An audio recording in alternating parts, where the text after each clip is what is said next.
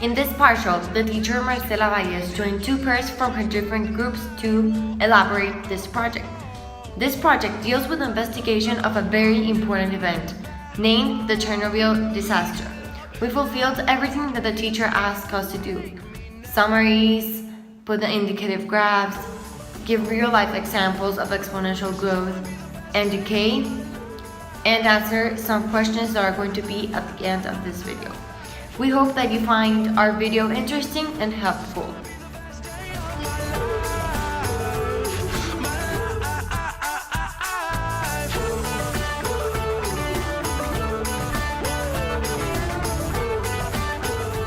The Chernobyl disaster, also called the Chernobyl accident, was a nuclear accident in Ukraine that was the product of a Soviet reactor design that had serious mistakes made by the plant operators. It occurred on the 26th of April in 1986. The event occurred during a late-night safety test which had a power failure in which the safety systems were automatically turned off. The accident dominates the energy accidents of the most disastrous nuclear power plant accidents in their whole wide history. It is considered as a level 7 event, which is the maximum classification that a nuclear power plant explosion has. This event has a lot of consequences and effects, such as contamination in the environment. The radiation impacted many people and some died. Thyroid cancer was diagnosed to many persons. Pregnant women needed to abort, and some babies were born with certain disorders caused by the radiation. An example of real-life situations using exponential growth and decay can be the real US GDP of 1970 to 2012. Another example can be the population of a place, like the population of Jacksonville. The population was 40,000 and it increased in a rate of 3.5%. If it continues, then there is an exponential growth. And also, in some years, the population will decrease because the education will be higher and people will stop having kids and they will focus on their lives and in their jobs. Exponential growth is the development at an increasingly rapid rate in proportion to the growing total number or size. It is also a constant rate of growth applied to a continuously growing base over a period of time. An example of an exponential growth is compound interest. And exponential decay is when a quantity is decreasing at a rate proportional to its value. Using nuclear energy has its advantages as its disadvantages. Nuclear energy emits low level of carbon dioxide. Greenhouse emissions are low, and therefore, nuclear power plants contribute to global warming is low. But as there's advantages, there's disadvantages, like radioactive waste, which is a problem which is unsolved. Accidents can happen. No nuclear energy plant is 100% safe. And an accident could be catastrophic not just for humans, but for nature.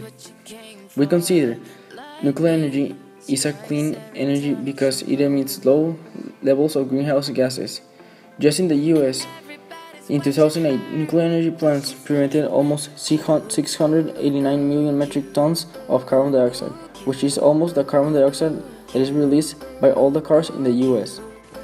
Yes, we are aware it is located in the state of Veracruz, on the coast of El Golfo. We think it is safe. It is supervised by the National Commission of Nuclear Safety, ensuring the proper applications of regulations and safeguards for nuclear and radiation safety, installing physical protection of nuclear and radiology.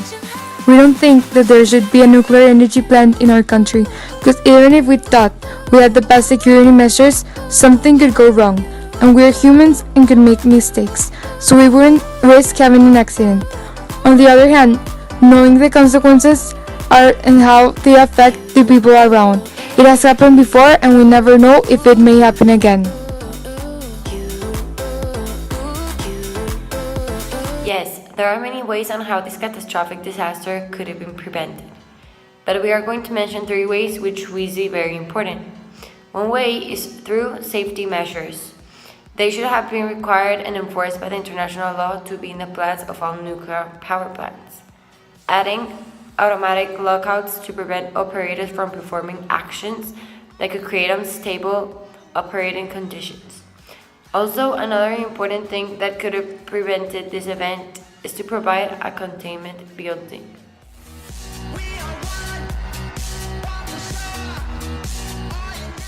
There is no way to stop it well with time.